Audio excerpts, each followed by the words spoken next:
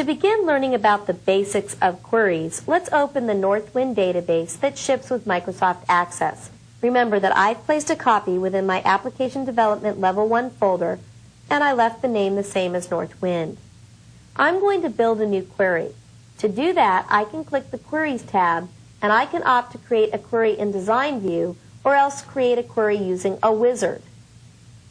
In this course, we're going to cover creating a query in Design View. Another thing that you should know about is that you can create a new query with the query selected in the Objects list by clicking New. Then you get several different options for building a query. Design View, using a simple query wizard, using a crosstab query wizard, using the Find Duplicates query wizard that finds duplicates in your table, and the Unmatched query wizard, which finds unmatched records.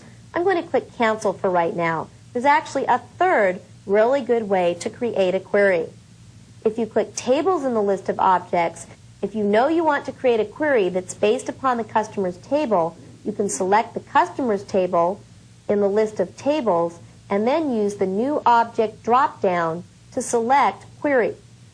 Notice that you can select Design View and those same options that we just selected, but the cool thing is when you click OK, the customer's table was automatically added as a table that's going to be included in the query. I'm going to close this window for right now and show you what would have happened if we had gone to the Queries tab and selected Create Query in Design View. If I select Create Query in Design View, in the Queries tab, the Show Table dialog appears. I can still select customers by double-clicking it or else by single-clicking it and clicking Add. I can add any other tables or even queries to this query, and then when I'm done, I click Close. So now we've designated that the customer's table is going to act as the foundation for this particular query. I now need to select the fields that are going to appear in the query result. And there's some different ways that we can do this. If I want to select a field to be included in the query result, I can select the field from the field list that appears when I open up this combo box. I can also double-click a field in the field list in order to add that field to the query grid. I can also take a field and drag and drop it to the query grid. So what I just did was added the customer ID and the company name to my query. I'm now going to delete those fields to show you something else that I can do. To delete those fields, I place my mouse pointer right here. Notice I get a thick black down arrow. If I click and drag, notice both of the columns become black. If I tap my delete key, they get removed from the query grid. So another way that I can add fields to the query grid is adding them at the same time. I'm going to select the customer ID. I'm now going to scroll downward until I see the contact title. It's right here. And what I'm going to do is hold down my Shift key and I'm going to click the contact title. Notice that all the fields in between were selected. I'm going to use the vertical scroll bar to scroll down until I can see additional fields. I also want to add the region field. Whereas the Shift key allows me to select contiguous fields, the Control key allows me to select non-contiguous fields. Holding down my Control key, I can select region. I also want to select the phone field. So I'm going to scroll down, locate the phone field, hold down my Control key, and select it. With all of the fields now selected, I can drag and drop them to the query grid. These are the fields that are going to appear in my query result. There's two different ways that I can run my query. I can run my query with the Run tool right here, or I can run the query with the View tool. The difference between the View tool and the Run tool only occurs when we're dealing with action queries, which we're going to cover later in this series. For right now, I'm going to click the View tool and notice that just the fields that we selected appear in the query result. Although we only get the fields that we selected, because we did not limit our data with criteria, we get all records or rows in our query result. I'm going to return to the design of the query so that we can continue building it. The next thing I'm going to show you is how to remove a field from the query grid. And I showed you that a little earlier. So for right now, I'm going to be officially reviewing it. we decided that we want to remove the region field. So I'm going to scroll over to the right until I see the region field, and I only want to delete that one field. I click the gray button with the thick down arrow, and this selects the entire column. I can now tap my delete key, and you can see that that column was deleted. What if I want to insert the country field between the contact title and the phone? I need to locate the country field within the field list, and I can now drag and drop it and place it on top of the phone. Because I'm placing it on top of the phone, you can see that the phone moves over to the right and the country appears between the contact title and the phone. What if I want to move a field on the query grid? Let's say I want to move the contact name and contact title fields so that they appear before the company name. I first need to select both of the fields that I want to move. Again, I need to place my mouse pointer so that it's a thick downward arrow. But I don't just want to move the contact name, I want to move the contact title. So I have to click and drag to select both of the columns. Once I've done that, I can place my mouse pointer on this area above the contact name or contact title field names. And I click and drag over to the left. Notice that I get a thick black bar, and that thick black bar is popping left and right.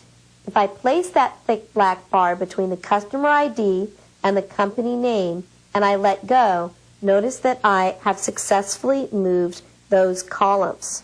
I'm going to go ahead and run the query again. Running the query, you can see we have the customer ID, contact name, then contact title, and then company. I do want to point out that you can move a field within the query result, such as phone, to the left of country, and that does not affect in any way, shape, or form the underlying design of the query. If we go back to the design of the query, notice that in the design of the query, that country still appears before phone. Well, before we continue, let's save our query. I'm going to click Save, and following naming conventions, I'm going to prefix the name of this query with QRY. The query is going to be called QRY Customers. I'm going to click OK, and I've now saved this query. It's important to understand that when you store a query, you're not storing the result of the query. Instead, you're storing the question. The question is actually stored as a SQL statement. SQL stands for Structured Query Language. Anytime that you run the query, that SQL statement executes against the current data, returning results based upon the current data. In a moment, you're going to learn how to order your query result. But before we do that, let's take a look at that SQL statement that I was talking about. If I use this drop-down right here, which is my View drop-down, I actually have three options available to me: Design View, Datasheet View, and SQL View. If I opt to select SQL View, notice that I can see the structured query language or SQL statement that's being executed against the data.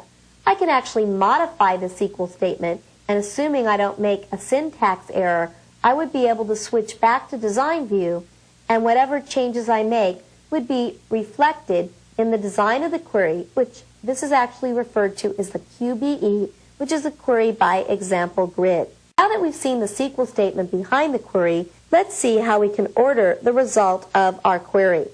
What you need to do is select what's called the sort cell of the column that you want to sort by.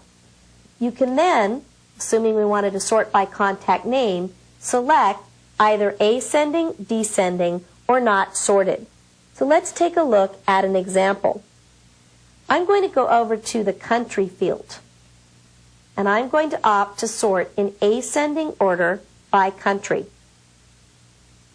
Now that I've selected that I want to sort in ascending order by country, I'm going to go ahead and run the query. If we go over to the right, notice that all of our data is in order by country. But what I actually want to do is sort by country, and within country, I want to sort by contact title. And right now, I'm not doing that. In order to sort by country and then by contact title, in the design of the query, the country needs to be to the left of the contact title. Because notice if I select ascending for the contact title, that now when I run, we're in order by title, and within a title by country. Notice that here we get to another country, and that's because you can see that we're within a different contact title. So what I need to do is return to design view. In order to sort by country and then contact title, I need to select the country and click and drag and drop it to the left of the contact title. Now when I run, you can see that we're in order by country, and within a particular country, then we're in order by contact title. We can move the columns in the result in any order we want, and that's independent of the order that we have in design view. But it's the order in design view that determines what is going to be our first level of sort and what's going to be our second level of sort.